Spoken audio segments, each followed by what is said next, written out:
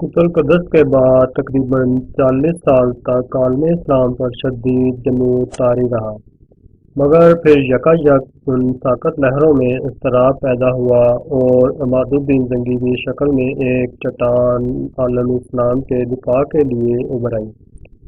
عماد الدین زنگی کے پے در پہ حملوں نے عیسائی فاتحین کے دماغ سے تمام اسلامی دنیا کو زیر نگی کرنے کا خیال نکال دیا اور وہ فلسطین اور شام کے مقبوضات کے دفاع ہی کو اپنی بڑی کامیابی سمجھنے لگے۔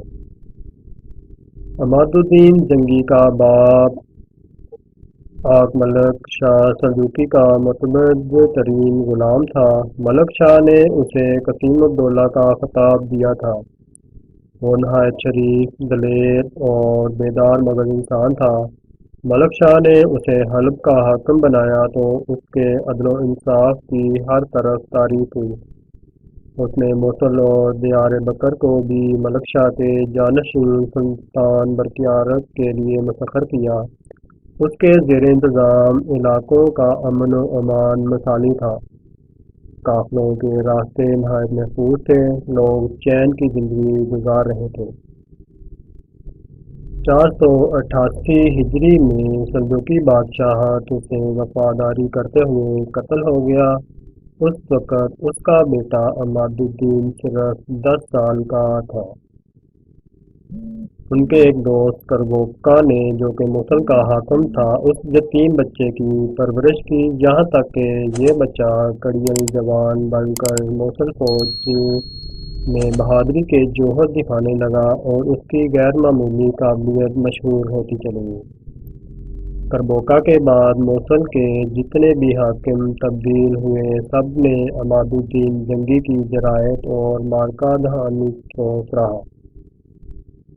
پھر وہ سلطان محمود سلجوقی کے دربار سے وابستہ ہو گیا، جس نے اس کی صلاحیت دیکھتے ہوئے 518 ہجری میں اسے واس اور بصرہ کا جاگیردار بنا دیا۔ یہاں ایک سردار کی حیثیت سے اس نے خوب شہرت حاصل کی۔ پھر سلطان نے اسے اپنے شہزادوں کا خاص استاد مقرر کر دیا، جسے اطالق یا اطابق کہا جاتا تھا۔ یوں عماد الدین اطابق کے لقب سے مشہور ہوا۔ اس نے سلجوقی بادشاہ کی خدمات انجام دیتے ہوئے حیرت ناک کارنامے انجام دیے۔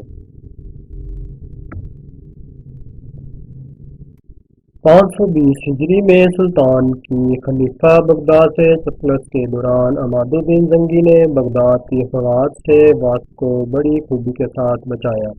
یہی نہیں بلکہ اس نے بغداد پر اس زور کا جوابی حملہ بھی کیا کہ خلیفہ مصالحت پر آمادہ ہو گیا۔ اس واقعے نے سلطان کی نظر میں زنگی کا رتبہ بہت بڑھایا۔ اس نے اسے بغداد کا منتظم اعلیٰ بنا دیا۔ 521 ہجری میں سلجوقی بادشاہ کے ماتحت موصل کا حاکم امیر بستی فوت ہوا تو سلطان محمود کو عماد الدین اس عہدے کے لیے موزوں لگا، چنانچہ اسے موصل اور دیگر علاقوں کا حاکم بنا دیا گیا۔ یہ موصل کی دولت اطابقیہ کا آغاز تھا۔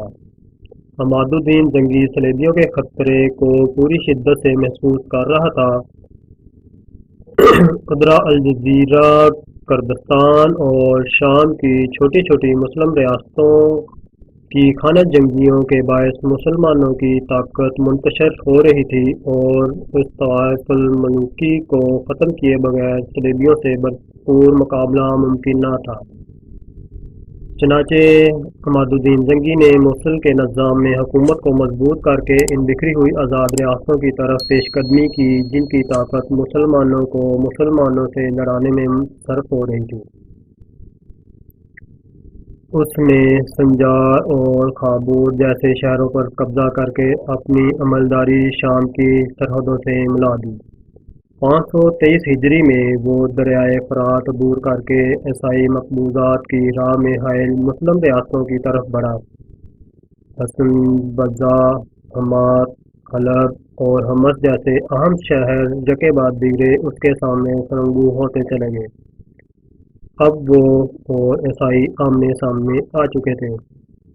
524 ہجری میں اس نے فرنگیوں کے مضبوط ترین قلعے حسن اسار پر حملہ کر دیا اور ایک خون ریز جنگ کے بعد فرنگیوں کو شکست پاس دے کر قلعے کو منہدم کر دیا تاکہ آئندہ نصرانیوں کو یہاں قدم جمانے کا موقع نہ ملے۔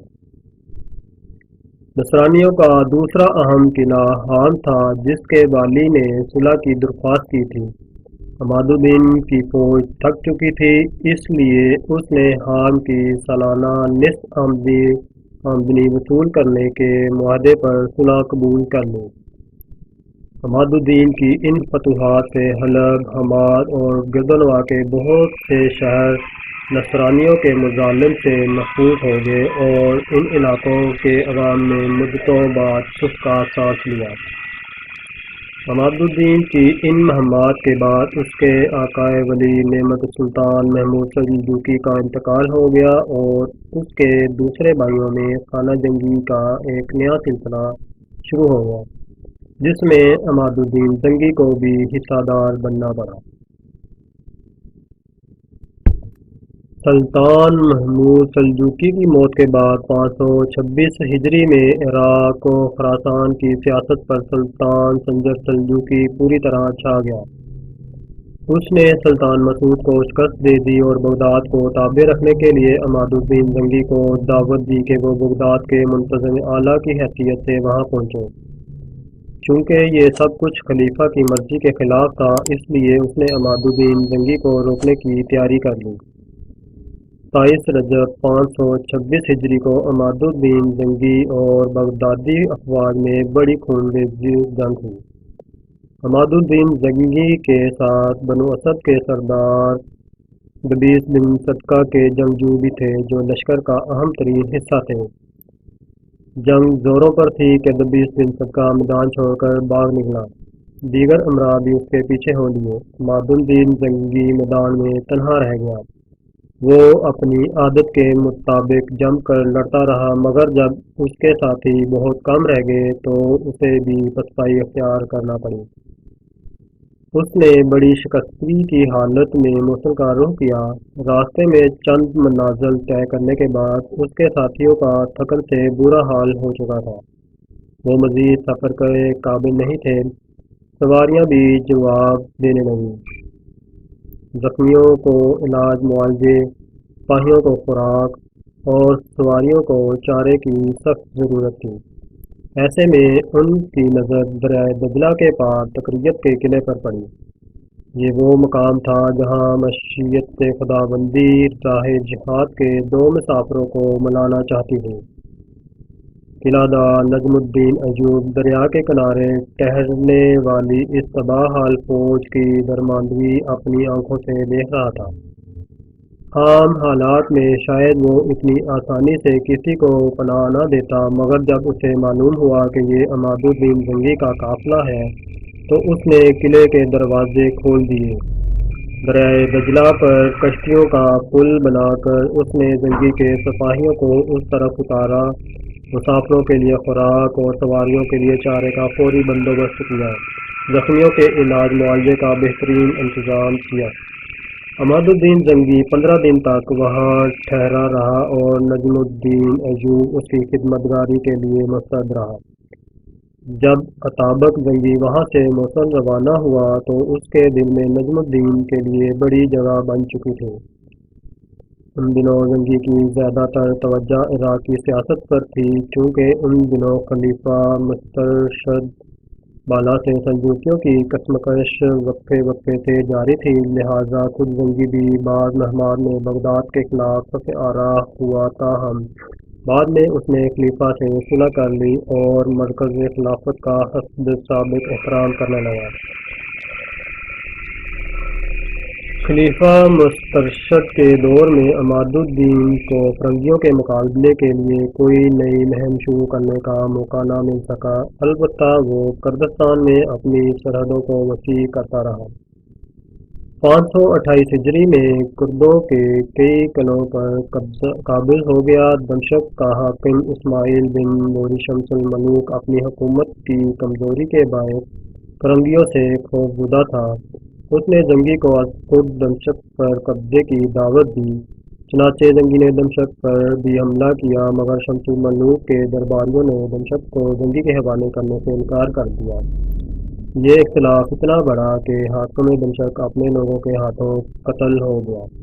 نئے حاکم کے نائب معی الدین حمز نے شہر کا دفاع شروع کر دیا۔ زنگی محاصرہ کیے رہا، مگر پھر خلیفہ مسترشد کی طرف سے صلح کے دباؤ پر اس نے یہ مہم ترک کر دی۔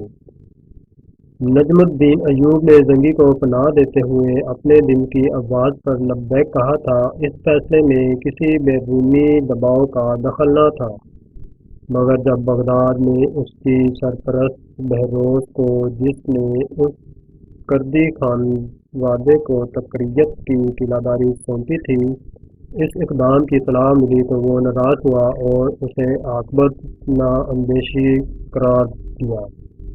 اس کے باوجود نجم الدین کو اپنے کیے پر کوئی ندامت نہیں تھی۔ تاہم انہی دنوں ایک اور حادثہ پیش آ گیا۔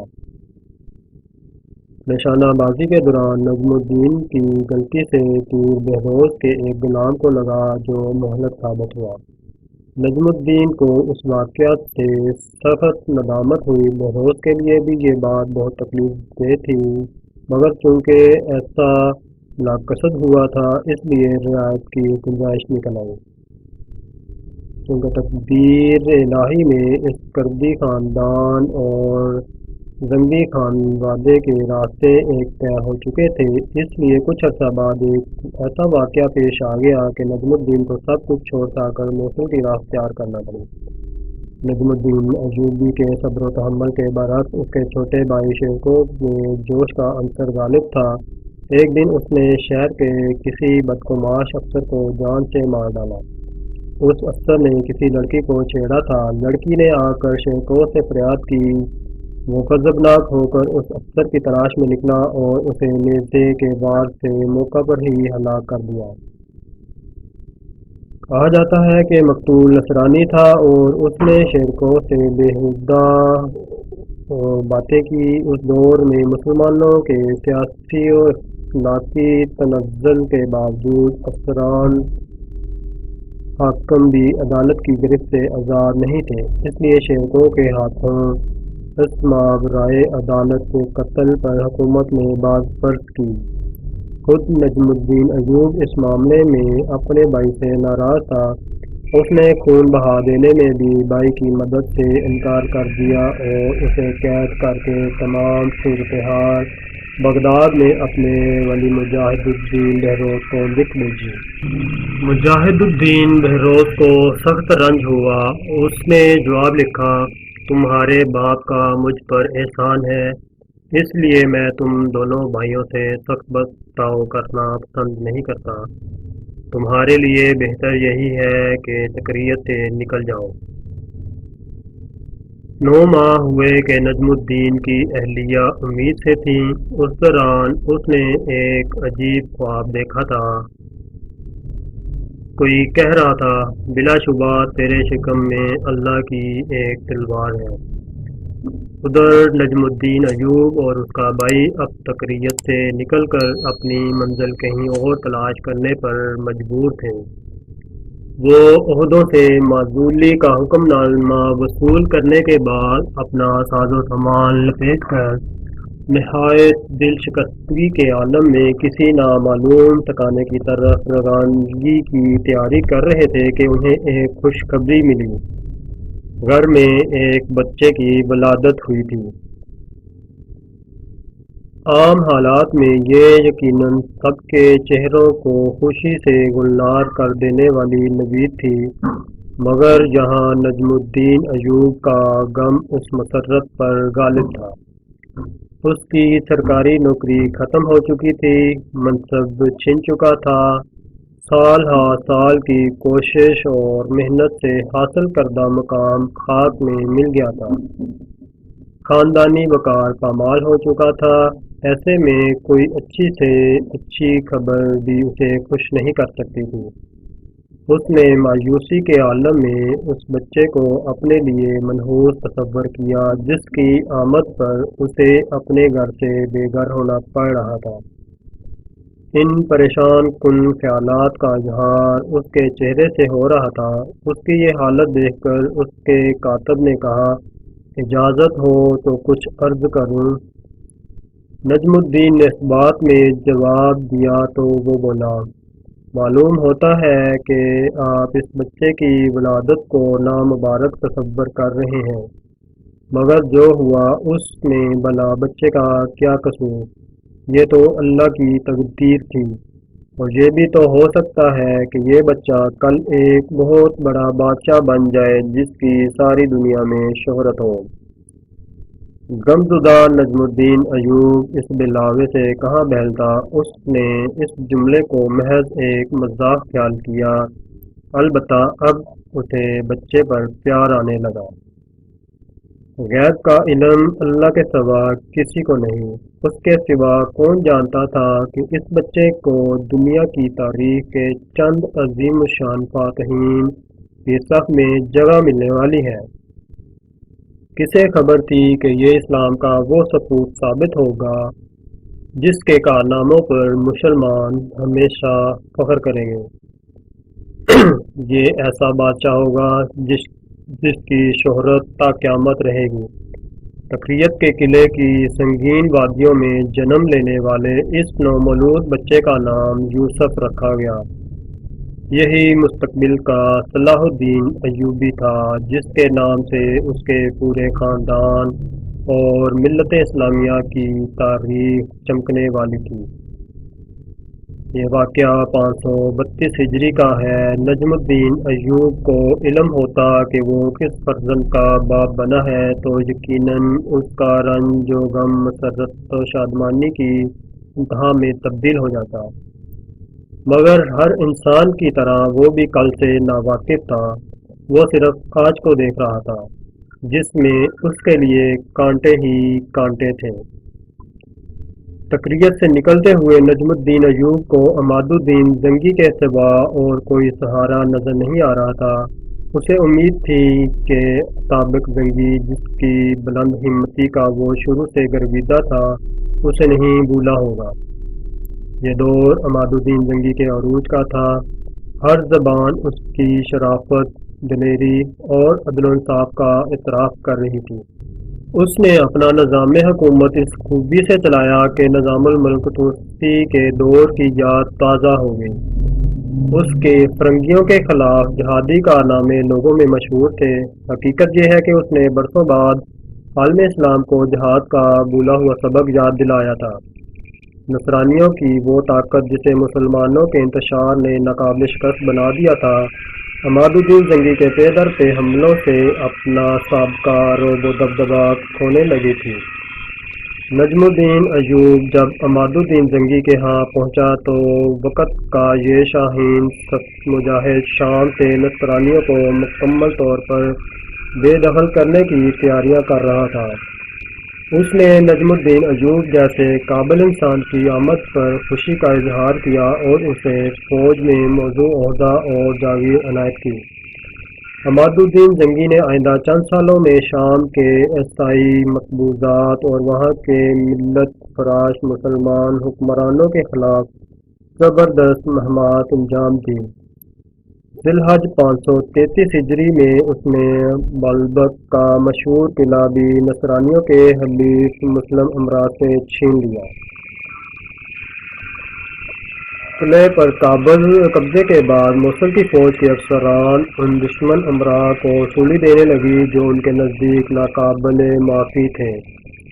عام طور پر زنگی اپنے مخالفین سے اتنا سخت سلوک نہیں کرتا تھا، مگر بلبک کے امراء نے قلعے پر اس کے قبضے سے قبل شہر کے مال و متاع اور ساز و سامان کے تمام ذخائر تباہ کر دیے تھے تاکہ حریف کو کوئی مالی فائدہ نہ ہو۔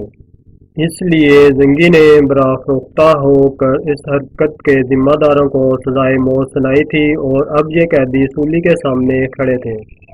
ان میں ایک خوبصورت سن رسیدہ امیر بھی اپنے لڑکے کے ساتھ سزا کا منتظر تھا۔ لڑکے کا حسن و جمال چاند کو شرماتا تھا۔ جب اس کی باری آئی تو اس کے بوڑھے باپ نے آگے بڑھ کر زنگی کے سالار امیر یاغبستانی سے کہا، تمہیں تمہارے آقا زنگی کا واسطہ، اس سے پہلے مجھے سولی دے دو تاکہ میں اپنے بچے کو اپنی آنکھوں کے سامنے دم توڑتا نہ دیکھوں۔ یہ کہہ کر وہ رونے لگا۔ نجم الدین ایوب موصل کی فوج کے ایک افسر کی حیثیت سے وہاں موجود تھا۔ وہ یہ دردمندانہ جملہ سن کر تڑپ اٹھا۔ اس کی آنکھیں بھر آئیں۔ چونکہ سولی دینے کا ذمہ دار امیر یاغبستانی تھا، لہذا نجم الدین نے اس قیدی کی سفارش کرتے ہوئے اسے کہا کہ اس بیچارے کو رہا کر دیا جائے۔ امیر نے کہا، یہ میرے اختیار میں نہیں، میں آقا کے حکم پر عمل کر رہا ہوں، حکم عدولی سے ڈرتا ہوں۔ بے چین نجم الدین عماد الدین زنگی کے پاس جا پہنچا اور اسے یہ قصہ سنا کر قیدی باپ بیٹے کی رہائی کی درخواست کی۔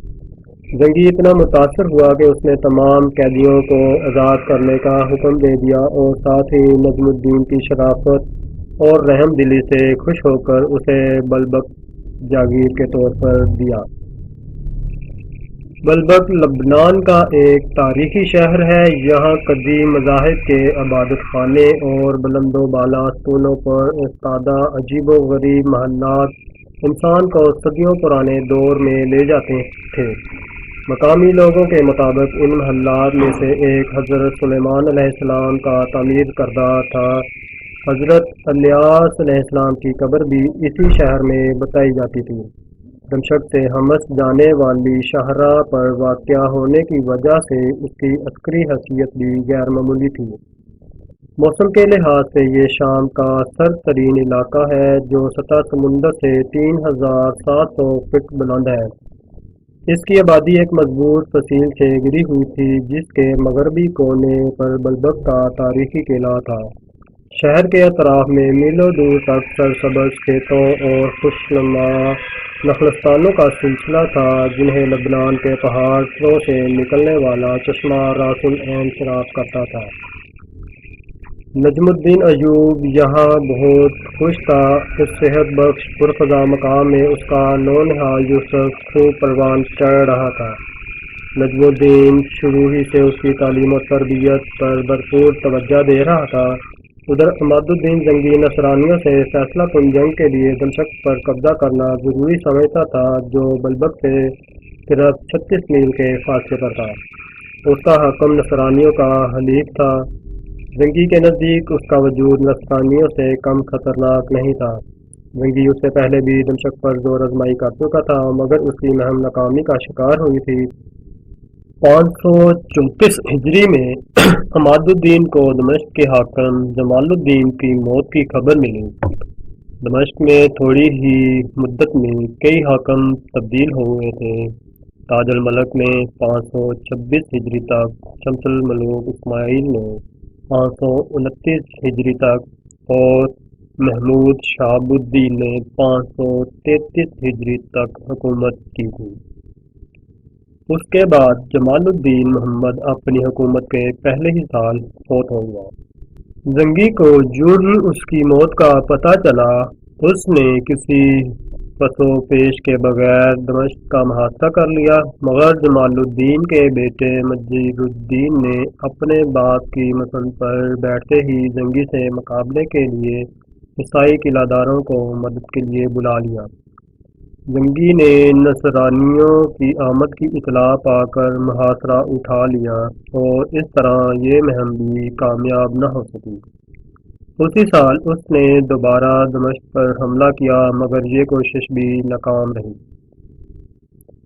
دمشق پر مجید الدین کی حکومت 549 ہجری تک برقرار رہی۔ اس کے اور اس کے باپ کے دور میں سارا انتظام نائب معی الدین انس کے پاس تھا جو 544 ہجری میں فوت ہوا۔ بلبک پر قبضے کے بعد کئی سال تک عماد الدین زنگی اپنی ریاست کے اندرونی معاملات سلجھانے میں معروف تھا اور اسے نصرانیوں کے خلاف فوج کشی کا موقع نہ ملتا تھا۔ اسے اس بات کا شدت سے احساس تھا کہ اس کا کام ادھورا ہے، مگر اس سے پہلے عراق کی سرحدوں کو لاحق خطرات کا تدارک ضروری تھا۔ چند سال بعد جب وہ الجھے ہوئے اندرونی مسائل سے فارغ ہوا تو اس کے سامنے سب سے پہلا ہدف اڈیسا کی عیسائی سلطنت تھی، جو شام سے لے کر ایشیا کوچک اور عراق تک پھیلی ہوئی تھی۔ رقبے کے لحاظ سے یہ تمام عیسائی ریاستوں سے وسیع تھی۔ دریائے فرات کے مشرق میں یہ البحرہ سروج اور کرادی سے ماردین کے نواح تک پھیلی ہوئی تھی۔ روہا اس کا مرکز تھا۔ دریا کے مغرب میں یہ تلباشر، عینتاب اور عزاز تک پھیلی ہوئی تھی۔ اس کا حاکم جوسلین دوئم، جو اپنے باپ جوسلین اول کی موت کے بعد تخت نشین ہوا تھا، ایک درندہ صفت انسان اور نہایت متشدد عیسائی تھا۔ اسلام دشمنی اس کی گٹھی میں پڑی تھی۔ اس کے سپاہیوں کی لوٹ مار اور دہشت گردی سے گرد و نواح کی اسلامی آبادیاں سخت پریشان رہتی تھیں۔ عماد الدین جنگی نے اڈیسا کے مرکز روہا پر حملے کے لیے بڑی حکمت عملی سے کام لیا۔ اس قلعے کی اہمیت اور مضبوطی سے وہ خوب واقف تھا، اس لیے براہ راست وہاں کا رخ کرنے کی بجائے اس نے دیار بکر کی طرف پیش قدمی کی اور وہاں ایک قلعے کا محاصرہ کر لیا۔ جوسلین، جو کہ عماد الدین کی فوج کی نقل و حرکت کی خبریں سن کر پریشان ہو گیا تھا، یہ دیکھ کر بے فکر ہو گیا کہ مسلمان فوج کردستان کی طرف نکل گئی ہے۔ اب وہ بھی روہا کو چھوڑ کر تفریح کے لیے اپنی جاگیر تلباشر چلا گیا۔ جاسوسوں نے فوراً یہ اطلاع جنگی کو پہنچائی اور وہ بجلی کی طرح کردستان سے روہا کی فصیلوں کے سامنے آ پہنچا۔ جنگی نے فوج کی ہمت بڑھانے کے لیے اعلان کیا، میرے ساتھ دسترخوان پر کھانا صرف وہ کھائے گا جو قلعے کے دروازے پر حملہ کرنے میں میرے ساتھ ہوگا۔ سپاہی عماد الدین جنگی کے حملے کی تیزی سے خوب واقف تھے، جانتے تھے کہ امیر کے شانہ بشانہ حملہ آور ہونا ہنسی کھیل نہیں، اس لیے سب چپ رہے۔ صرف ایک امیر اور ایک لڑکے نے ساتھ دینے کا وعدہ کیا۔ کسی نے لڑکے کو جھڑکا کہ تیرا وہاں کیا کام؟ جنگی نے ٹوک کر کہا، رہنے دو، بخدا مجھے اس کے چہرے پر لکھا نظر آ رہا ہے کہ یہ پیچھے رہنے والا نہیں۔ اگلے دن روہا کے دروازے پر حملہ شروع ہوا۔ سب سے پہلے عماد الدین جنگی، اس امیر اور اس لڑکے نے گھوڑوں کو ایڑ لگا کر دعویٰ بولا۔ ادھر سے ایک نائٹ نے پہلو سے آ کر جنگی پر وار کیا، مگر امیر نے یکدم سامنے آ کر جنگی کو بچا لیا اور خود شہید ہو گیا۔ اس کی شجاعت دیکھ کر پوری فوج میدان میں کود پڑی۔ شہر کا سختی سے محاصرہ کرنے کے بعد 28ویں دن منجنیقوں کے ذریعے فصیل کو توڑ دیا گیا۔ اسلامی فوج روہا میں داخل ہو گئی اور شدید جنگ کے بعد اس پر قابض ہو گئی۔ عماد الدین جنگی نے شہر والوں سے نہایت فیاضانہ سلوک کیا اور تمام قیدیوں کو رہا کر دیا۔ یہ شاندار فتح 6 جمادی الثانی 539 ہجری کو نصیب ہوئی۔ اس کی اہمیت کے پیش نظر مورخین اسے فتح الفتوح کے نام سے یاد کرتے ہیں۔ عالم اسلام پر اس پر خوشیاں منائی گئی اور جنگی کا نام بغداد کے خطبے میں داخل کر لیا گیا۔ روہا کے ہاتھ سے نکل جانے پر عیسائی دنیا ششدر رہ گئی۔ عیسائی مورخین نے اسے شام کی صلیبی سلطنت کے زوال کا پہلا قدم قرار دیا۔ یروشلم اور دوسرے شہروں کے نصرانیوں نے حجاز کی فتح اور تباہی کی خبر سن کر مایوسی کے اشک بہائے۔ دریائے فرات کے کنارے سے آنے والی منحوس خبروں نے انہیں اور بھی ڈرا دیا۔ حضرت مسیح کی قبر اور پہاڑ سے ان پر بجلیاں بھی گری۔ ایک دمدار ستارہ نظر آیا اور شدید خوف و ہراس پھیلا۔ مشرق کے نصرانیوں نے یقین کر لیا کہ آسمان ان کا مخالف ہو گیا ہے اور ان پر ہیبت ناک مصائب آنے کو ہیں۔ اس شکست سے مضطرب ہوکر پادریوں نے ایک نئی صلیبی جنگ برپا کرنے کے لیے جوشیلی تقریریں شروع کر دیں۔ شاہان نے یورپ نے بڑی بڑی قربانیاں دینے کے دعوے کیے مگر فوری طور پر وہ کچھ نہ کر سکے۔ عماد الدین زنگی اپنے حصے کا کام انجام دے چکا تھا۔ اسلامی دنیا پر نصرانیوں کی مزید جارحیت کا راستہ بند کر کے اس نے مسلمانوں کو آگے بڑھ کر حملہ کرنے کی ہیئت میں لا کھڑا کیا تھا۔ 60 سال کے تھکے ماندے جسم کو اب آرام کی ضرورت تھی، پھر بھی راحت و آرام کا لفظ اس کے لیے اجنبی تھا۔ نصرانیوں کو ایک شدید دھچکا پہنچانے کے بعد وہ اندرونی مہمات کی طرف متوجہ ہو گیا۔ 5 ربیع الثانی 541 کی شام وہ ابر کے قلعے کا محاصرہ کیے ہوئے تھا کہ اچانک چند غدار غلاموں نے اس کے خیمے میں داخل ہو کر اسے شہید کر دیا۔ زنگی کی شہادت نے مسلمانوں کو جس قدر بے چین کیا، عیسائی اتنے ہی خوش ہوئے۔ اس کی موت کی خبر سے نصرانیوں نے اپنی شکستوں کا غم دور کیا اور اس قدر خوشی کا اظہار کیا گویا مسلمانوں کی ساری طاقت یک بارگی زمین بوس ہو گئی ہے۔ عماد الدین زنگی بڑا بہادر، شریف اور جنگجو انسان تھا۔ اس کی ہیبت کا یہ عالم تھا کہ ایک دن ایک سپاہی اپنی ذمہ داری سے غافل ہو کر سو گیا۔ آنکھ کھلی تو عماد الدین زنگی کو سر پر کھڑے پایا۔ جو ہی اس کی نگاہیں اس شیر نر سے چار ہوئیں، خوف کے مارے وہیں دم توڑ دیا۔ عماد الدین زنگی جو ایک معمولی سپاہی تھا، اپنی اولاد کے لیے ایک وسیع ملک چھوڑ گیا تھا۔ اس نے مسلمانوں کے لیے القدس کی آزادی کی راہ ہموار کر دی تھی۔ عماد الدین زنگی کی موت کی خبر نے بلبک کے در و دیوار بھی ہلا ڈالے۔ نجم الدین ایوب اس کے عواقب سے بے خبر نہ تھے۔ اپنے اندازے کے عین مطابق اس نے دیکھا کہ اطابق زنگی کی سلطنت فوراً 2 حصوں میں تقسیم ہو گئی ہے۔ حلب سمیت شام کے صوبے اس کے چھوٹے بیٹے نور الدین محمود زنگی کے پاس آ گئے، جبکہ موصل میں اس کا بڑا بیٹا سیف الدین قاضی مستقل حکومت کا دعوے دار بن گیا۔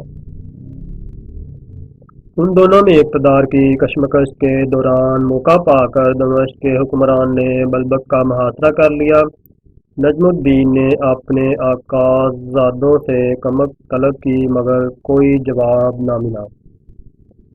نجم الدین ایوب کو اطابق زنگی کی موت کا شدید ملال تھا، تو اس کے بیٹوں میں تقسیم شدہ سلطنت سے اسے کوئی خاص لگاؤ نہ رہا۔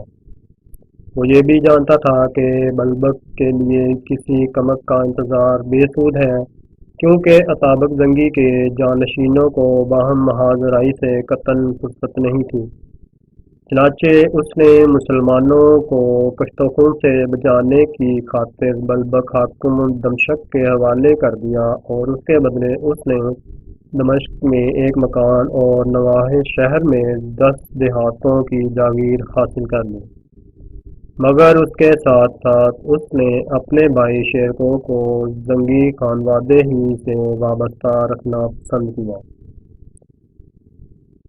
زنگی کے جانشینوں میں نور الدین زنگی یقیناً اپنی ذہانت، شجاعت اور دینداری کے باعث قابل ترجیح تھا۔ چنانچہ شیرکو حلب میں نور الدین زنگی کے دربار سے منسلک ہو گیا۔ یہاں اسے اپنی جنگجوانہ صلاحیتوں کے اظہار کا خوب موقع ملا اور وہ اسد الدین کے لقب سے مشہور ہو گیا۔ وہ خوش قسمت تھا کہ اسے نور الدین زنگی جیسا بلند حوصلہ قائد نصیب ہوا تھا، جو مردم شناس بھی تھا اور بہادروں کا قدردان بھی۔ نور الدین سچ مچ مجاہد فی سبیل اللہ تھا۔ 548 ہجری میں اپنے باپ کے قتل کے بعد سے لے کر اپنی موت تک وہ مسلسل نصرانیوں سے معرکوں میں مشغول رہا۔ سب سے پہلے اسے روحا کی بازیابی کے لیے جانا پڑا۔ ہوا یہ تھا کہ روحا کے سابق حاکم کاؤنٹ جوسلین دون نے عماد الدین زنگی کی موت کے بعد موقع پا کر مقامی باشندوں کو جو کہ مذہباً عیسائی تھے مسلمانوں کے خلاف بغاوت پر آمادہ کر لیا۔ ان سے گٹھ جوڑ کے بعد وہ باقاعدہ فوج کے ساتھ روحا پر حملہ آور ہوا اور 1146 میں بڑی آسانی سے شہر پر قابض ہو گیا۔ تاہم شہر کے مسلمان قلعے میں مسحور ہو گئے جسے جوسلین فتح نہ کر سکا۔ نور الدین نے یہ اطلاع پاتے ہی حلب سے روحا کی طرف پیش قدمی کی اور شہر کا محاصرہ کر لیا۔ اس طرح جوسلین کی فوج قلعے کے مسلمانوں اور نور الدین کے سپاہیوں کے درمیان محصور ہو گئی۔ ایک رات نصرانیوں نے جان بچانے کے لیے شہر کے دروازے کھول دیے اور سر پر پاؤں رکھ کر بھاگ کھڑے ہوئے، مگر قلعے کی فوج نے تعاقب کیا اور نور الدین کے لشکر نے بھی سامنے سے انہیں گھیر گھیر کر مارا۔ کاؤنٹ جوسلین جان بچا کر نکل بھاگنے میں کامیاب ہو گیا۔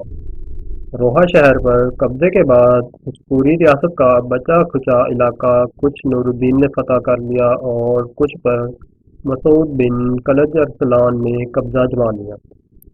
اس طرح روحا جو شام میں صلیبیوں کی سب سے پہلی اور سب سے بڑی ریاست تھی تقریباً پوری کی پوری نصرانیوں کے ہاتھوں سے نکل گئی۔ روحا کی فتح کی خوشی اس وقت دوبالا ہو گئی جب نور الدین کے بھائی سیف الدین غازی نے شام آ کر اس سے ملاقات کی اور اسے گلے لگا کر نصرانیوں کے خلاف متحد رہنے کا اعلان کیا۔ مگر جلد ہی نور الدین زنگی کو ایک بہت بڑی آزمائش کا سامنا کرنا پڑا۔ شام کے عیسائی پادری یورپ پہنچ کر پوپ کو مسلمانوں کی ان فتوحات کی داستان سنا چکے تھے۔ یورپ میں ان خبروں سے ایک آگ سی لگ چکی تھی۔ نصرانیوں کی سفارت کا بیان سن کر پوپ کے آنسو نکل آئے۔ روحا کی مصیبتوں اور یروشلم پر آنے والے خطرات کے احساس نے سب میں رنج اور ڈر پیدا کر دیا۔ تمام یورپ میں خوف و دہشت کی پکار مچی۔ پہلی صلیبی جنگ کی طرح اس بار بھی لوگوں کو بھڑکانا مشکل ثابت نہ ہوا۔ ایک پادری سینٹ برنارڈ اس اشتعال انگیزی میں پیش تھا۔ 1146 میں فرانس کے شہر ویلزلی کے مقام پر ایک کانفرنس منعقد ہوئی جس میں سینٹ برنارڈ کی جوشیلی تقریر نے ایک کہرام مچا دیا۔ شاہ فرانس لوئی ہفتم نے خود سینٹ برنارڈ کے ہاتھ سے صلیب مقدس لی۔ لوگوں کے بے پناہ ہجوم کی وجہ سے اسے قلعے سے نکل کر میدان میں آنا پڑا۔ ایک مینار پر چڑھ کر اس نے صلیب سینے سے لگا کر سب کو دکھائی اور مجمع کو جوش سے بے حال کر دیا۔ اب برنارڈ نے جرمنی کا رخ کیا۔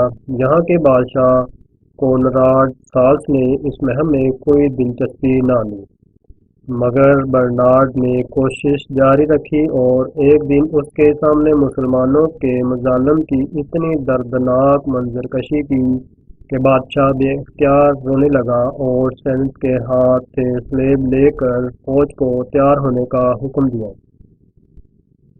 یوں فرانس میں دوسری صلیبی جنگ کی تیاریاں زور و شور سے شروع ہو گئیں۔ ان گنت لوگ صلیبی جنگ کے لیے روانہ ہونے کو تیار ہو گئے۔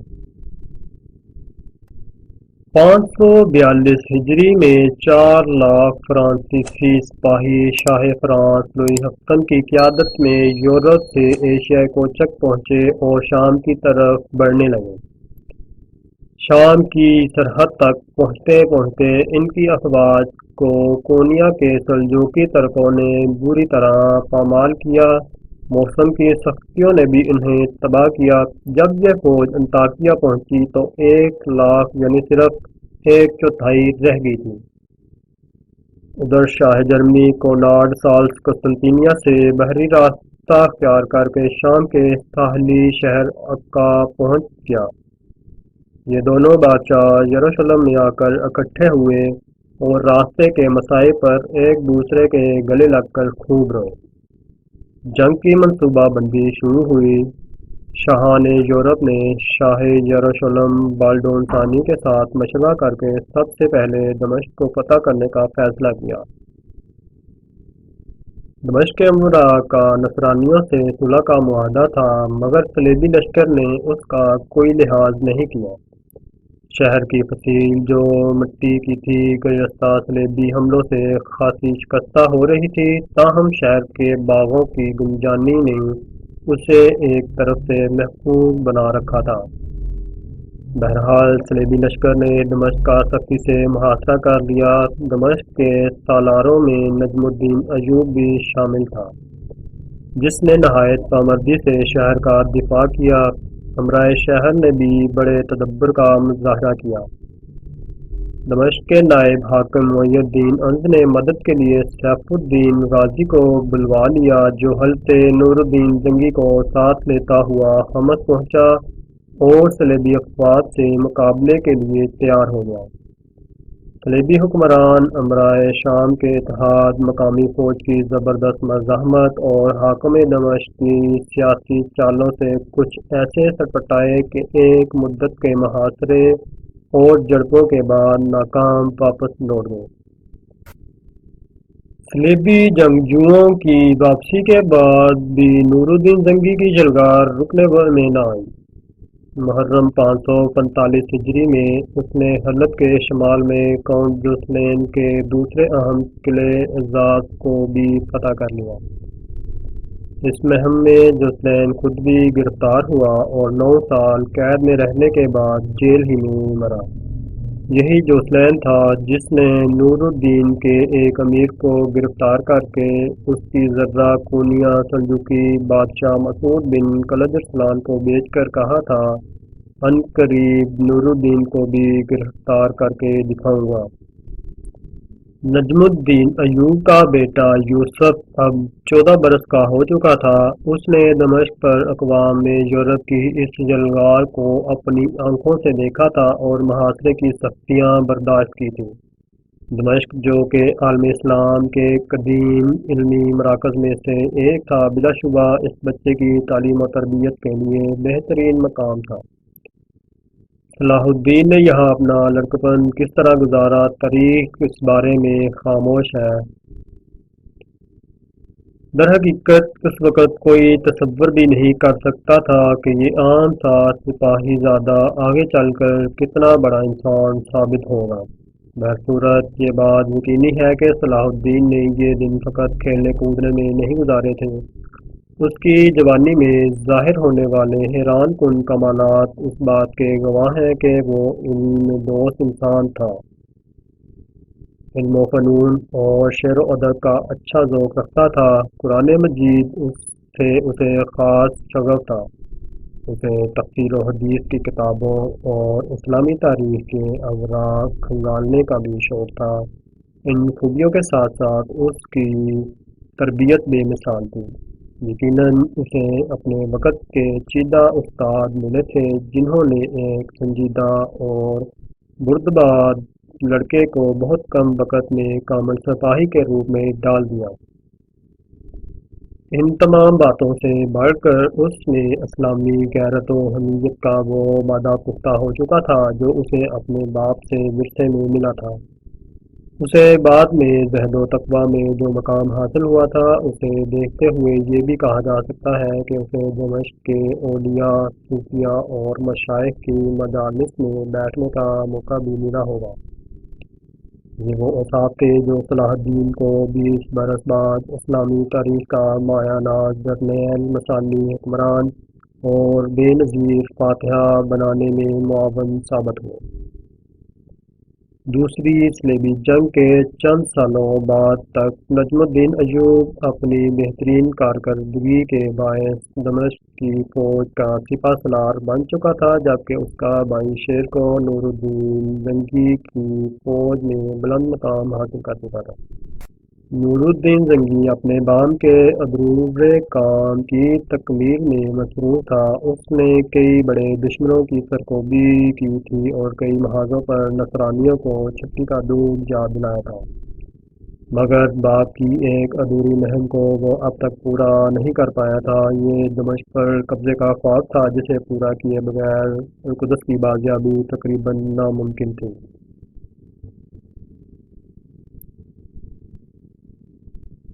موصل میں نور الدین زنگی کا بھائی سیف الدین غازی 544 ہجری میں وفات پا گیا اور اس کی جگہ قطب الدین مودود برسر اقتدار تھا۔ نور الدین اور مودود میں کچھ دنوں تک سیاسی چکلش چلی تھی مگر اب دونوں کے تعلقات بہتر ہو گئے تھے، لہٰذا نور الدین کو دمشق پر قبضے کا اس سے بہتر موقع اور کوئی نہیں مل سکتا تھا۔ اس کا بہترین سالار شیر کو جسے اس نے حمص اور حبہ جیسے علاقے بطور جاگیر بخش دیے تھے دمشق کو آسانی سے فتح کر سکتا تھا، کیونکہ دمشق کا سالار اس کا بڑا بھائی نجم الدین تھا۔ دونوں بھائی الگ الگ حکومتوں سے وابستہ ہونے کے باوجود امت کے مفادات کے لیے ہم فکر تھے۔ دمشق کی حکومت ان دنوں اتنی کمزور تھی کہ عیسائی کسی بھی وقت اس پر قبضہ کر سکتے تھے۔ اگرچہ ضابطے کے طور پر دمشق کے حاکم نے اپنے بچاؤ کے لیے فرنگیوں سے صلح کر رکھی تھی، مگر اس کے باوجود آس پاس کے علاقوں پر ان کی لوٹ مار کا سلسلہ جاری تھا۔ اگر نجم الدین ایوب جیسا بیدار سالار نہ ہوتا تو فرنگی ان تمام علاقوں کو تاراج کر ڈالتے، مگر نجم الدین نہایت ہوشیاری سے دمشق، بلبک اور دیگر ملحقہ آبادیوں کی مدافعت کرتا رہا۔ 546 ہجری کے موسم سرما میں جب وہ بلبک میں تھا، اسے فرنگیوں کی ایسی ہی لوٹ مار کی اطلاع ملی۔ اس نے اپنے بڑے بیٹے شمس الدولہ توران شاہ کو بھیج کر ان ظالموں سے مسلمان قیدیوں کو آزاد کرایا۔ اپنے دوسرے بیٹے صلاح الدین یوسف کو اسی سال اس نے شیرکو کے پاس حلب بھیج کر سلطان نور الدین کے دربار سے وابستہ کر دیا۔ یہ صلاح الدین اور نور الدین کے تعلقات کا نقطۂ آغاز تھا۔ نجم الدین کے خاندان سے ان تعلقات کا فائدہ اٹھاتے ہوئے صفر 549 ہجری میں نور الدین زنگی نے دمشق کا محاصرہ کر لیا۔ حاکم دمشق وزیر الدین میں مزاحمت کی طاقت نہیں رہی تھی۔ اس کا نائب معیننز جو نہایت ہوشیاری سے نظام حکومت چلاتا رہا تھا، 5 سال پہلے فوت ہو چکا تھا۔ نور الدین نے شیرکو کے ذریعے نجم الدین ایوب سے مذاکرات کیے۔ دونوں بھائی اس پر متفق ہو گئے کہ مسلمانوں کے وسیع تر مفاد میں دمشق کو نور الدین زنگی کے حوالے کر دینا بہتر ہے۔ چنانچہ چند دنوں کے اندر دمشق پر نور الدین زنگی کا قبضہ مکمل ہو گیا۔ دمشق پر نور الدین زنگی کا قبضہ اس لیے بھی ضروری تھا کہ مصر اور شام کے درمیان اہم ترین مورچہ اسکلان صرف ایک برس پہلے نصرانیوں کے قبضے میں آ چکا تھا اور گرد و نواح کے تمام اسلامی شہر بالکل غیر محفوظ تھے، مگر اب دمشق میں نور الدین کے ہوتے وہ آگے بڑھنے کی جرأت نہیں کر سکتے تھے۔ نور الدین زنگی کے دمشق پر قبضے کے بعد دربار زنگی میں نجم الدین ایوب کا مرتبہ اپنے بھائی شیرکو سے بھی بڑھ گیا۔ ایوب کا بڑا لڑکا توران شاہ دمشق کا کوتوال مقرر کر دیا گیا۔ کئی سالوں بعد نور الدین زنگی نے نجم الدین ایوب کے دوسرے بیٹے یوسف کی صلاحیتوں کا اندازہ لگاتے ہوئے یہ عہدہ اسے سونپ دیا۔ کوتوال شہر کی کرسی پر بیٹھتے ہوئے اس کی عمر 20 سال کے لگ بھگ تھی۔ صلاح الدین نے کچھ مدت بڑی خوش اسلوبی سے کوتوالی اور دیوان کے فرائض انجام دیے، مگر پھر دیوان کے منتظم ابو سالم حمام سے اس کا کسی مسئلے پر اختلاف ہو گیا۔ صلاح الدین نے اس اختلاف سے بددل ہو کر دمشق چھوڑ دیا اور نور الدین زنگی کے پاس حلب چلا گیا۔ زنگی نے ابو سالم کو قصوروار ٹھہرایا اور اس کی داڑھی منڈوا کر پورے دمشق میں گشت کروایا، جبکہ صلاح الدین کو مستقل طور پر اپنے دربار سے وابستہ کر کے خواص میں جگہ دی۔ صلاح الدین کی زندگی کا ایک یادگار واقعہ 552 ہجری میں شام کے شہر حمات میں پیش آیا تھا۔ وہ اور نور الدین زنگی کا ایک غلام عبید جو حمات میں سامان کی نقل و حمل پر مامور تھا، کسی اہم ذمہ داری کے سلسلے میں وہاں ٹھہرے ہوئے تھے کہ زبردست زلزلہ آیا جس سے پورا حمات شہر تباہ ہو گیا۔ تاہم وہ مکان جس میں صلاح الدین اور عبید تھے بالکل محفوظ رہا۔ ظاہر ہے اس وقت کون تصور کر سکتا تھا کہ قدرت خداوندی نے صلاح الدین کو کس عظیم کام کے لیے بچا کر رکھنا طے کیا ہوا ہے۔ اس واقعہ کے 2 سال بعد موصل کے کسی شخص نے مقامی بزرگ شیخ عمر ملا کو کہا، رات میں نے خواب دیکھا کہ ایک اجنبی سرزمین خنزیروں سے بری ہے، ایک شمشیر زن انہیں مارتا کاٹتا چلا جا رہا ہے، لوگ یہ منظر دیکھ رہے ہیں۔ میں نے پوچھا یہ کون ہے، حضرت عیسیٰ علیہ السلام ہے یا مہدی؟ جواب ملا یہ یوسف ہے۔ علماء نے تعبیر دی کہ عنقریب یوسف نامی کوئی شخص نصرانیوں کا قلعہ کما کر دے گا۔ عام خیال تھا کہ خواب کا یہ اشارہ نئے عباسی خلیفہ کے لیے ہے جو اسی سال مسند خلافت پر بیٹھا تھا۔ کسی کے وہم و گمان میں بھی نہ تھا کہ یہ سعادت حلب کے 24 سالہ یوسف کے نصیب میں لکھی ہے جو ابھی ایک عام سرکاری افسر ہے۔ زنگی کو چوگان کا بے حد شوق تھا۔ وہ جہاد کی نیت سے یہ کھیل باقاعدگی سے کھیلتا اور کھلاڑیوں کی حوصلہ افزائی کرتا۔ بعض اوقات رات کو شمعوں کی روشنیوں میں بھی چوگان کا مقابلہ منعقد کیا جاتا۔ صلاح الدین اور اس کا باپ نجم الدین دونوں اس کھیل کے ماہر تھے، اس لیے زنگی کے ہاں قدرتی طور پر ان کی قدر و منزلت بڑھ گئی۔ زنگی کے ساتھ صلاح الدین کی زندگی کے 11-12 سال ہوا کے جھونکے کی مانند گزر گئے۔ اس مرد انسان شناس نے صلاح الدین کی کارکردگی سے متاثر ہو کر 563 ہجری میں اسے حلب اور قفطاب میں جاگیر دے دی۔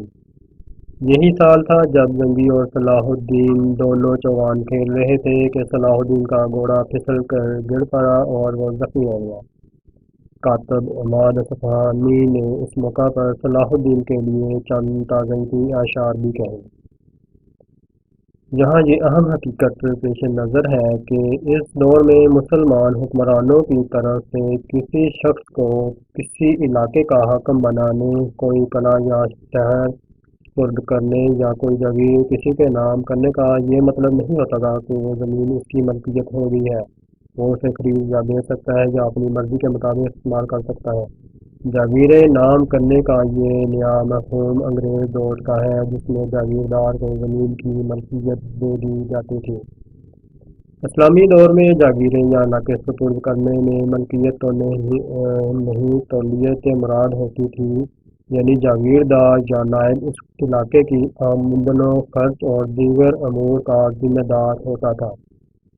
یہ ایسا ہی ہے جیسے آج کل کسی کو کسی مسجد کا متولی، مدرسے کا محترم یا کسی ٹرسٹ ادارے کا ذمہ دار بنایا جائے۔ تاریخ میں صلاح الدین یوسف ایوبی کا نام سب سے پہلے اس وقت مشہور ہوا جب نور الدین زنگی نے مصر کی سیاست میں دلچسپی لینا شروع کی۔ عبیدی خاندان 200 سال سے مصر پر حکومت کر رہا تھا۔ بنو عبید کی یہ حکومت اس دور میں اتنی طاقتور تھی کہ خلیفہ بنو عباس اور اندلس کے مسلمان حکمران جو ہیں ان سے خائف تھے۔ ان کا دائرہ حکومت پھیلتے پھیلتے جزیرہ صقلیہ تک جا پہنچا۔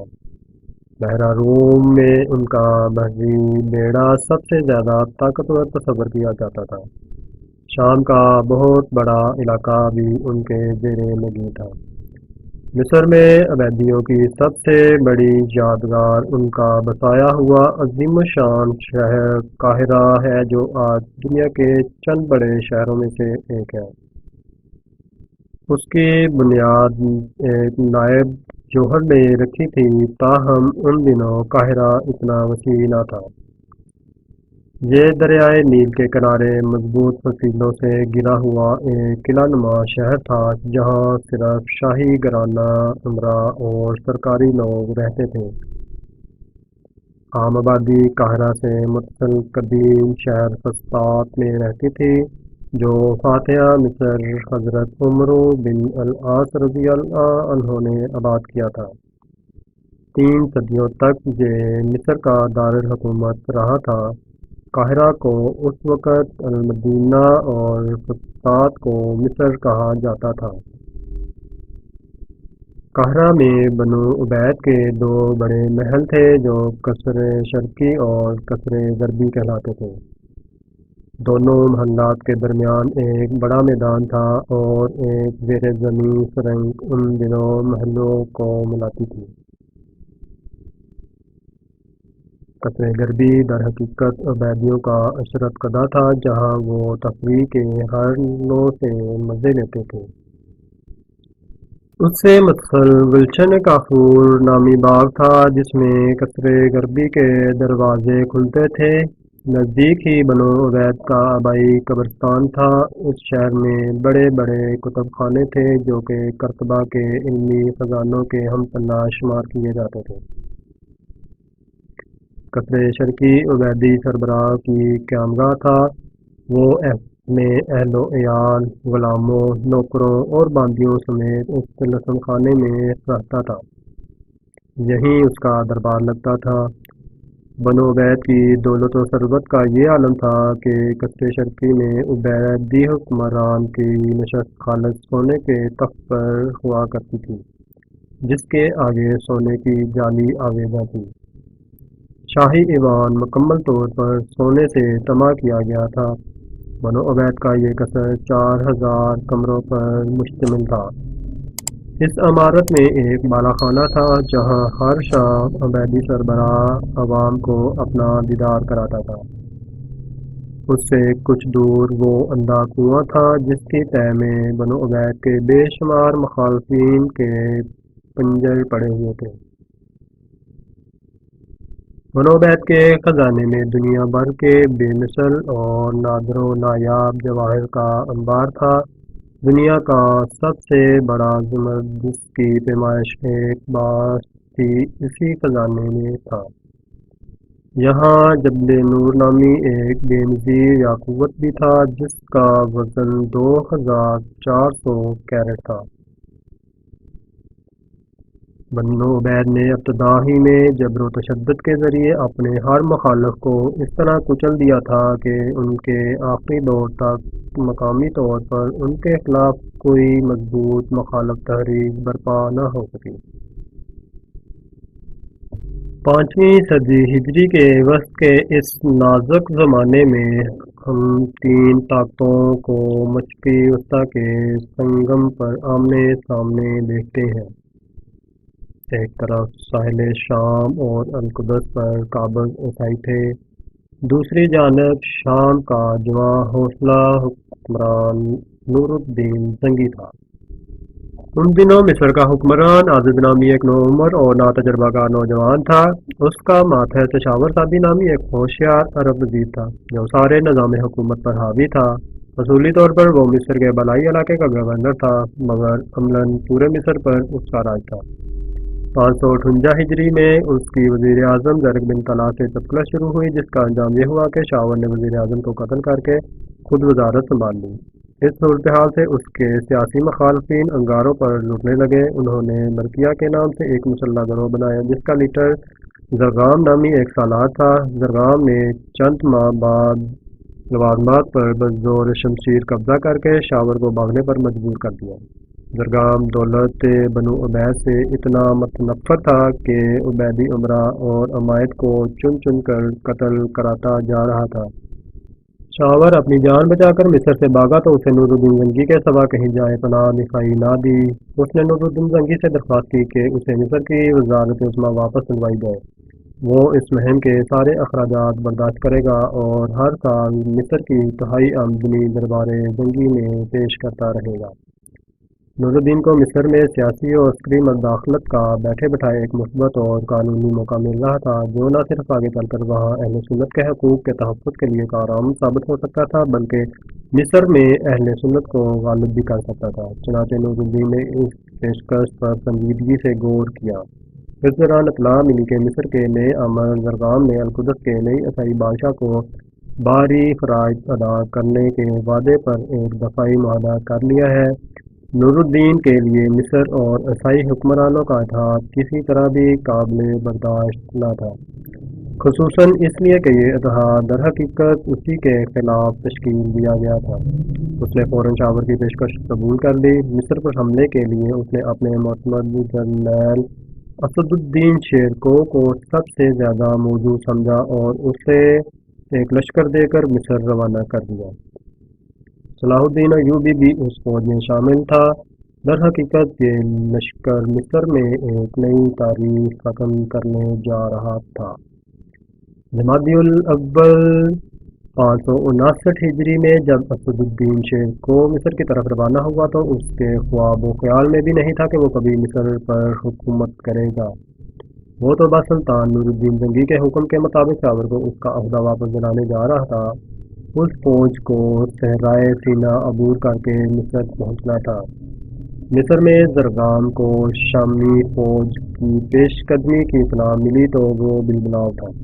اس کی اپنی طاقت زیادہ نہیں تھی اور اس کا واحد سہارا عیسائی تھے۔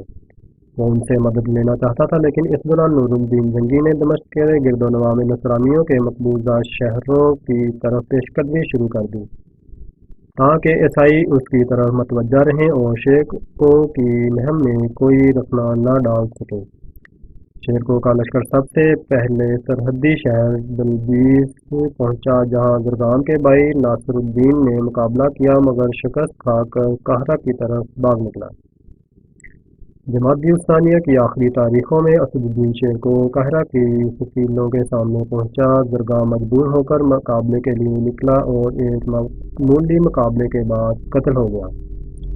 شاور کی دلی مراد بھر رہی تھی۔ شیرکو نے اپنے سلطان کا وعدہ پورا کرتے ہوئے اسے یکم رجب کو دوبارہ مصر کا وزیر اعظم بنا لیا۔ اس نے پہلے کی طرح کاروبار حکومت سنبھال لیا۔ شیرکو چند دن قاہرہ سے باہر پڑاؤ ڈالے رہا تاکہ شاور حکومت شام کو تہائی آمدنی کا خرچ دینے کا وعدہ پورا کرے یا اس بارے میں کوئی یقین دہانی کرائے، مگر شاور بلا کا فریبی تھا۔ وہ وقت گزارتا رہا تاکہ شاور کو مایوس ہو کر لوٹ جائے۔ شیرکو اس بدعہدی پر بڑا جھنجھلایا۔ اس نے شاور کو وعدہ پورا کرنے کی تلقین کی اور واپس جانے سے انکار کر دیا۔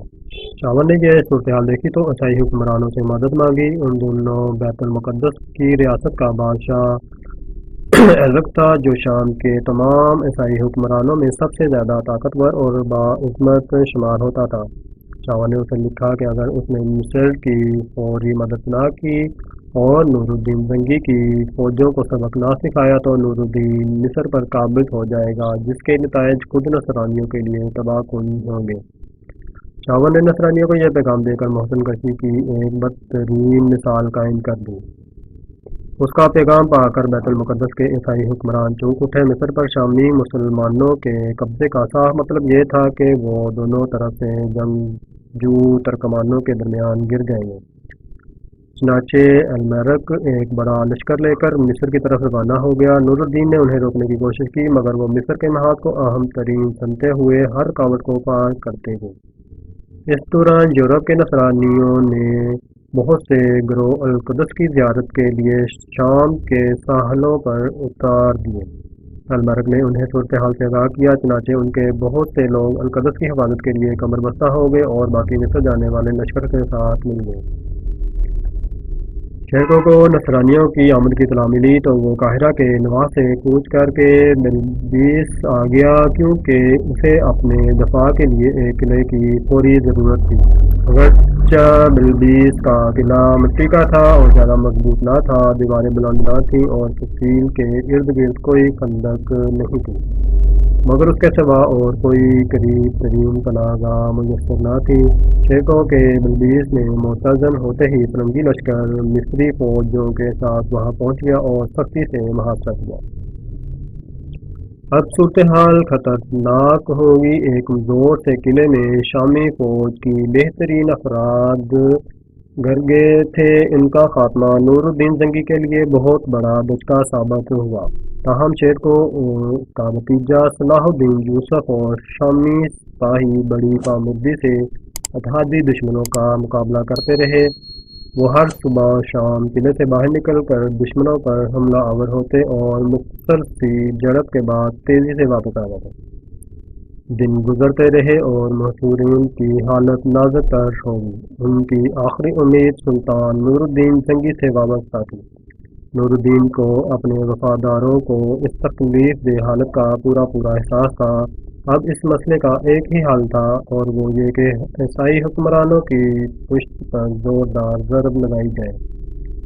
نور الدین زنگی کی افواج نے فرنگیوں کے شہروں پر زوردار حملے شروع کر دیے۔ ان کا سب سے بڑا نشانہ حال تھا جس کی دفاعی اہمیت کے لحاظ سے عیسائی اسے القدس کا دروازہ سمجھتے تھے۔ اس سے پہلے بھی نور الدین نے دوبارہ حام پر فوج کشی کی تھی مگر قبضے میں کامیابی نہیں ہوئی۔ مگر اس بار ابھی یا کبھی نہیں کے اصول کے مطابق مسلمانوں نے بھرپور حملہ کیا۔ وہ جانتے تھے کہ اس کامیابی سے بلبیس کے محصول مسلمانوں کی زندگیاں وابستہ ہیں۔ حام کو بچانے کے لیے شام کے تمام عیسائی ریاستوں کے حکمران اور امراء اپنی فوجوں کے ساتھ پہنچ گئے۔ 3 مہینے تک خون ریز جھڑپیں جاری رہیں۔ آخر کار نصرت خدا بندی شامل حال ہوئی اور رمضان 559 ہجری میں حام مسلمانوں کی جولی میں آ گرا۔ اس معرکے میں 10,000 عیسائی قتل ہوئے۔ انطاکیہ اور طرابلس کے عیسائی حاکموں سمیت ممتاز عیسائی امراء اور سینکڑوں گرفتار ہوئے۔ یہ نصرانیوں کی بہت بڑی شکست تھی۔ ادھر بلبیس کے مجاہدوں کو بھی لڑتے لڑتے 3 مہینے ہو گئے تھے۔ وہ کمال مردانگی کا ثبوت دیتے ہوئے اب تک ہتھیار ڈالنے پر آمادہ نہیں ہوئے تھے۔ انہیں باہر کی کچھ خبر نہیں تھی۔ ان کا سامان رسد ختم ہونے کو تھا۔ خوراک کی شدید کمی سے ہر سپاہی متاثر ہو گیا تھا۔ ایک دن اچانک انہوں نے دیکھا کہ عیسائی فوجوں کی صفوں میں خاموشی طاری ہے، گویا ان کا حملہ کرنے کا کوئی ارادہ نہیں۔ ان کے ساتھ ساتھ مصری فوجیں بھی چپ سادے کھڑی ہیں۔ مسلمانوں کو معلوم نہ تھا کہ سلطان نور الدین نے قلعہ حام فتح کرنے کے بعد اب بانیاس کا محاصرہ کیا ہوا ہے اور دشمن اسی صدمے سے ساکت و جامد ہے۔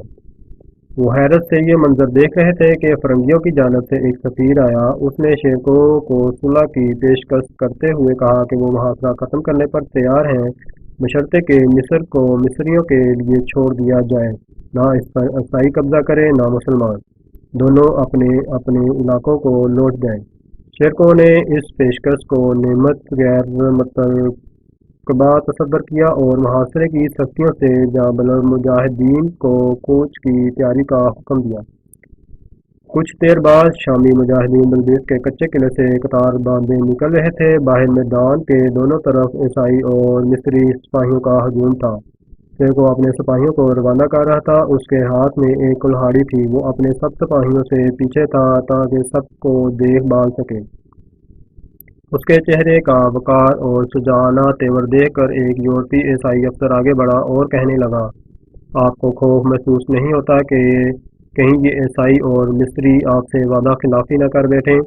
آپ سب کو گھیر کر اس طرح مار دیں کہ نام و نشان تک نہ رہے۔ شیرکو نے حسرت بھرے لہجے میں کہا، کاش کہ وہ ایسا کر گزریں۔ ان کی طرف سے وعدہ خلافی کی ابتدا ہوتی تو میں ان کا وہ حشر کرتا جو دنیا دیکھتی۔ اللہ کی قسم میں تلوار لے کر پل پڑتا ہوں، ہمارا کوئی آدمی ان کے کئی آدمیوں کو قتل کیے بغیر نہ مرتا۔ پھر سلطان عادل نور الدین ان کے خبر لیتے، ان کے ملک پر قبضہ کر لیتے اور ان کے باقی ماندہ لوگوں کو مار ڈالتے۔ اللہ کی قسم میرے یہ سپاہی مجھے منع کرتے رہے، ورنہ میں تو پہلے ہی دن تم سب سے نمٹ لیتا۔ یورپی افسر گھبرا کر اپنے سینے پر سلیب کا نشان بنانے لگا اور پھر بولا، میں شام کے نصرانیوں کو آپ کے بارے میں حیرت انگیز باتیں کرتے سنتا تھا۔ انہیں آپ سے ڈرتا دیکھ کر میں سوچتا تھا کہ آپ کی اتنی ہیبت میں کوئی مبالغہ ہوگا، مگر اب میں جان گیا ہوں کہ وہ درست کہتے تھے۔ یہ ذی الحج کا مہینہ تھا۔ شیر کو مجاہدین کو لے کر بلبیس سے روانہ ہوا۔ اگلی بستیوں میں اسے حام کی فتح کی خبر مل گئی۔ شیر کو خشکی کے راستے سفر کر رہا تھا، جبکہ بلبیس کا محاصرہ اٹھانے والی عیسائی فوج نے ساحل کے ساتھ ساتھ واپسی اختیار کی تھی۔ اس میں کرک کا عیسائی حاکم ریجینالڈ بھی تھا۔ بلبیس سے انخلا کے معاہدے میں یہ طے تھا کہ شیر کو کا تعاقب نہیں کیا جائے گا، مگر ریجینالڈ معاہدے کی خلاف ورزی کرتے ہوئے بحری جہازوں کے ذریعے اپنی فوج کو تیزی سے ایک دن کے اندر اندر اسکلان لے آیا اور وہاں سے کرک پہنچ کر شیرکو کے راستے میں گھات لگا کر بیٹھ گیا۔ جب کسی نے اسے معاہدے کا پاس یاد دلایا تو وہ استہزائیہ انداز میں بولا، شیرکو سے خشکی میں تعاقب نہ کرنے کا معاہدہ تھا، میں نے تو سمندر کے راستے سے اس کا تعاقب کیا۔ ممکن تھا کہ ریجینالڈ بے خبری میں شیرکو پر حملہ کر کے مسلمانوں کو شدید نقصان پہنچانے میں کامیاب ہو جاتا، مگر کرک سے کچھ فاصلے پر آ کر شیرکو کی چھٹی حص نے اسے خطرے کا احساس دلا دیا اور وہ عام راستہ چھوڑ کر ایک غیر معروف راستے پر چل پڑا۔ یوں مسلمان صحیح سلامت شام پہنچ گئے۔ اس دوران نور الدین نے نصرانیوں کے دوسرے اہم قلعے بانیاس پر بھی قبضہ کر لیا تھا۔ شیرکو اور اس کے مجاہدین کی آمد سے اس فتح کی خوشخبری دگنی ہو گئی۔ شیرکو کے نوجوان بھتیجے صلاح الدین کو اس قتل مہم میں بہت کچھ سیکھنے کا موقع ملا۔ کسی ملک کی سیاسی، عسکری اور اخلاقی خوبیوں یا خامیوں کو پرکھنے اور سمجھنے کا عملی موقع اس جاسوسی کے بغیر یقیناً نہیں مل سکتا تھا۔ ویڈیو کو لائک اور کمنٹ کرنا مت بھولیے گا۔ اگر آپ کو ہماری یہ ویڈیو پسند آئی ہے تو چینل کو سبسکرائب کریں اور ساتھ ہی لگے بیل کے بٹن کو لازمی کلک کریں تاکہ آپ کے پاس ہماری آنے والی مزید ویڈیو کا نوٹیفیکیشن بر وقت ملتا رہے۔ السلام علیکم۔